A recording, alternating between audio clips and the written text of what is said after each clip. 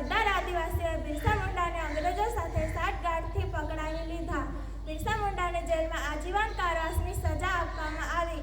બિરસા મુંડાને જેલમાં માનસિક અને શારીરિક રીતે ખૂબ જ ત્રાસ આપવામાં આવતો હતો. બિરસા મુંડાએ 9મી જૂન 1900ના દિવસે રાંચી ખાતે કારાગારીમાં અંતિમ શ્વાસ લીધો.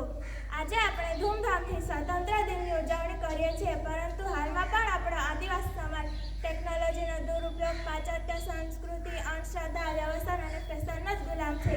આવી ગુલામીથી આદિવાસી સમાજ ક્યારે સ્વતંત્ર થશે? અહીં ઉપસ્થિત દરેક વ્યક્તિએ આ પ્રશ્ન